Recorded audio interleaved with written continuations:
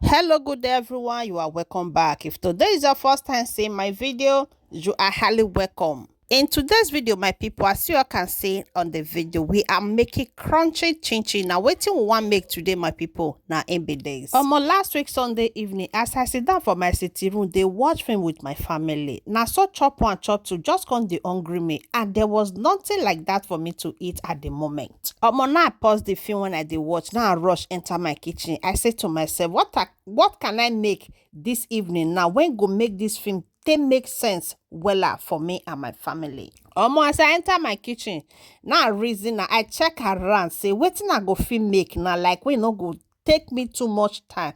Now remember, say for a very long time now I've not made chin-chin in this house. So I start to carry everything when they do chin-chin one after the other come out from my kitchen. Thank God say I get everything I need in this video. That woman wey be say go supermarket, not be say waiting I want buy. I really need that at that moment, but I fit just buy and keep her in case you get, just like today. All these things now one they see for you when I use for this video now, my people. I not plan and say I want make this chin-chin on this very faithful day. Now last week Sunday now I make this chin-chin. Thank God say I get everything when I need in this video. Imagine now say I not get all these things, and this is the reason why it's good. Sometimes you go buy something keep for house in case of emergency like this. After I don't pack everything finish come out, now I start to prepare one after the other, just the way you are seeing on the video. And so my children pack enter kitchen, they ask me different type of question when they know they ask person for jam hall. Mommy, what is this? Mommy, what are you making? Mommy, are you making egg roll? Mommy, are you making meat pie? Different questions from left and right, my people. Remember, I said earlier that it has been a long time that I make this chin-chin in my house.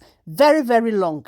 Now it's like they have already forgotten a thing like this called chin-chin. You get? They're not confused. Remember, say chin-chin they exist because it's been a while we make this chin-chin. We don't miss everything finished now. Now we go come start to cut all the cutable we need to cut in this chin-chin. Now this part so now they make me not they quit they do this chin-chin because you need to roll and roll and roll till it go they okay, my people. Just this one where you they see now. You see this rolling part, my people. Now if you not chop akpu or correct part there, you not go feed on because you need that energy to roll it properly. At this point now my children can't get within I they make. They go say, wow, mommy, you are making chin-chins belong. You have not done this. So after we go come cut everything finished like this now, the next thing now to start to fry our chin-chin. You see this plenty chin-chin like this when I make now, and now 1 packet of flour now I use to drum, which is 1 kilo.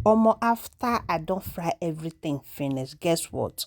Before I even fry the chin-chin finish, the thing don't they go down because as they come out for pot now, so that they eat them. After I don't finish fry everything finish. Now we go back to my sitting room, go start the watch our movie what we do watch.